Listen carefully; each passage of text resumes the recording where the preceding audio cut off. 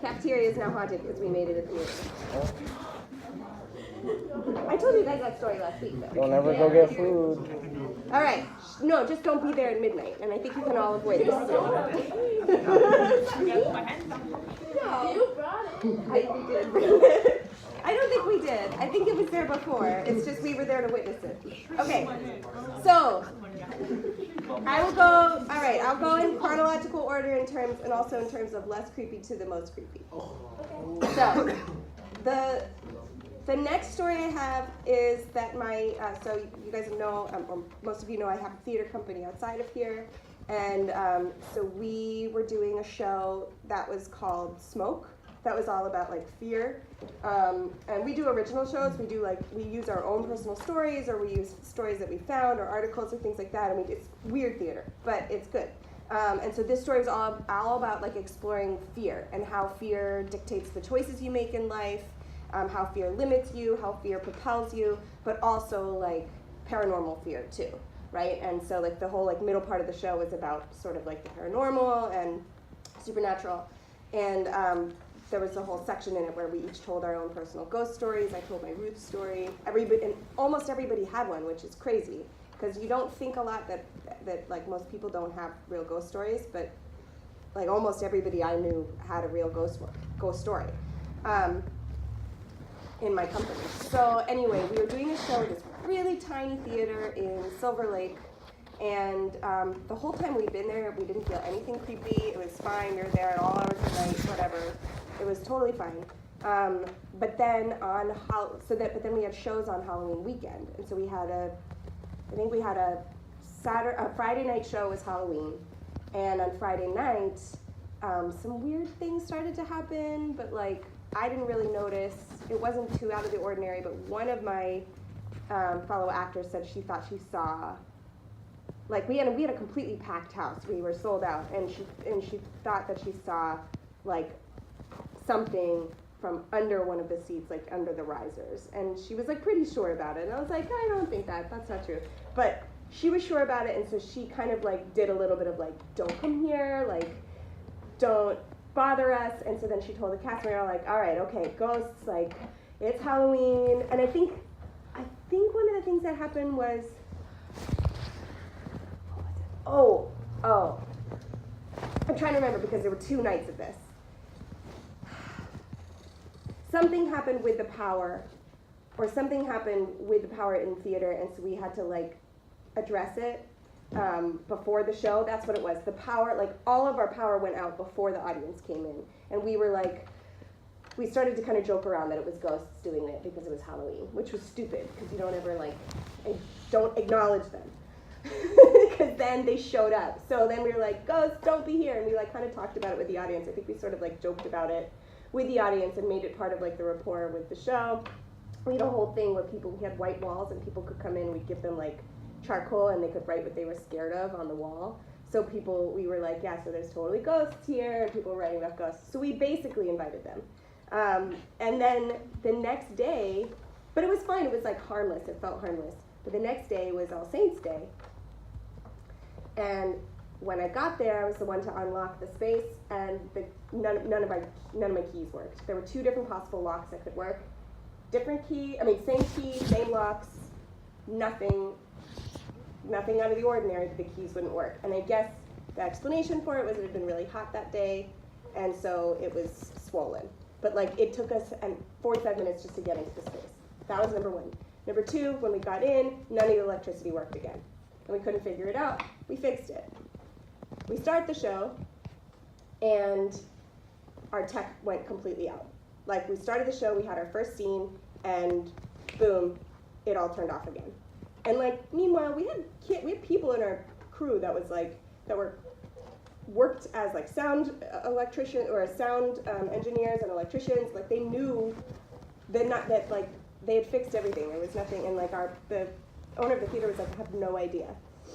So we had to stop the show and say, hey, sold out packed house, sorry, all of our tech is broken down. We want to start again. In the meantime, while we get it fixed, we'll tell our ghost stories, because everybody had like 2 or 3. So then we like spent all that time telling the ghost stories. We get everything going back and running, I kid you not, like at least 4 other crazy tech things happened. Not the worst of which was that we had a hanging light bulb over people at a certain point in the scene, and it just exploded. Like it like a full-on there was no like point of impact. It just popped, exploded over the heads of actors. We were all bare feet, and we had to figure that out, get up and sweep it up. But basically, we like called for the ghosts to come and haunt our show, and then they did. So that was great. So don't ever invite them. And then the next most creepiest, but that one sort of was like, yeah, I'm pretty sure they were ghosts, but I guess you could have explained everything.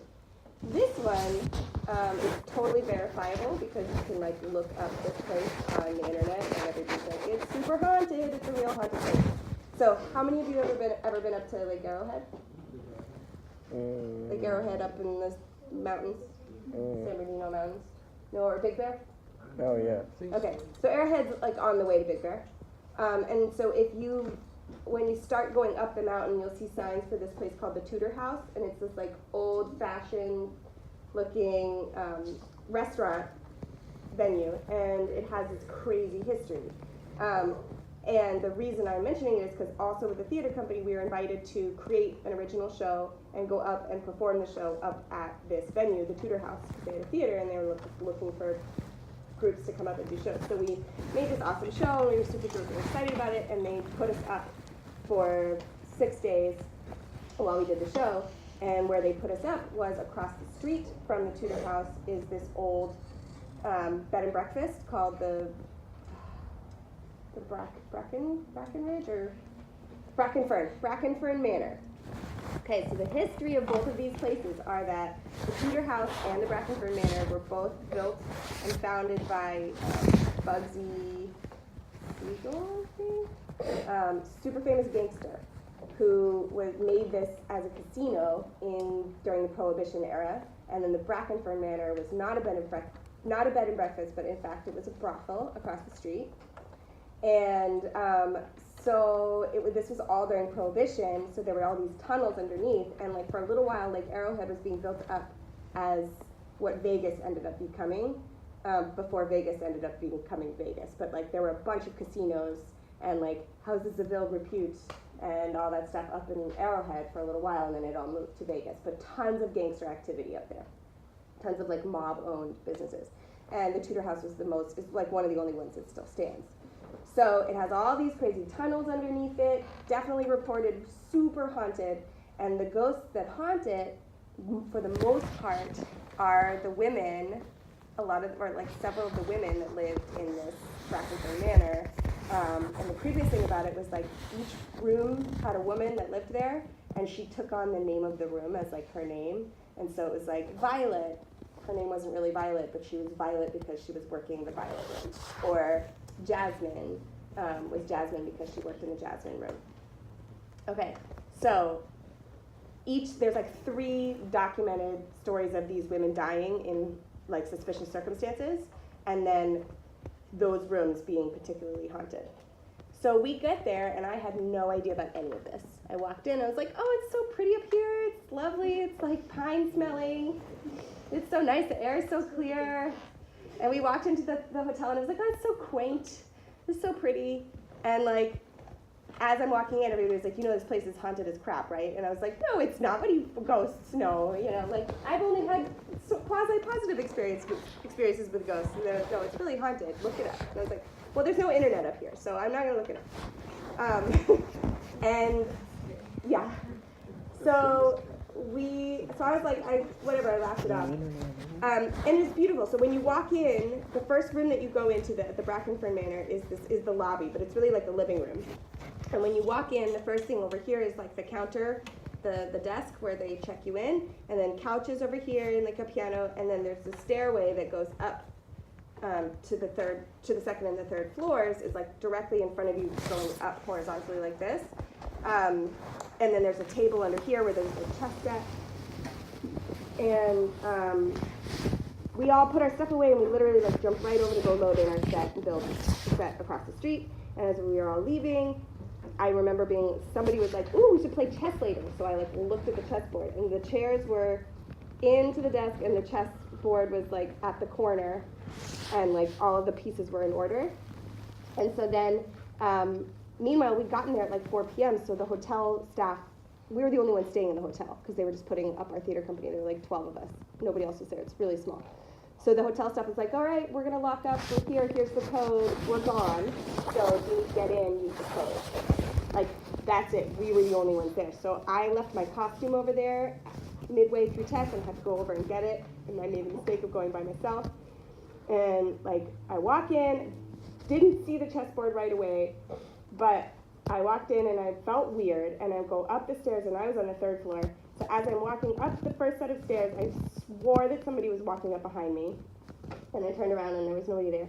And then when I got up to the 2nd floor, by the time I got up to the 3rd floor, I was like really creeped out, and I was hearing doors slamming on the 2nd floor and people walking on the hall, and I was like yelling, and I was like, hello, did somebody follow me? Did somebody actually come with me? No one. Everybody was over on the other side. And I was like, okay, this is really creepy, and I basically like grabbed my thing and I ran, and as I ran out, I looked down and I passed by the chessboard, and one of the chairs was out, and the board had been moved like more to the middle, and there were pieces that had like a game was happening. And I was like, okay. And so then I left again, and then we all came back together, and nobody else came over, and when we came back in,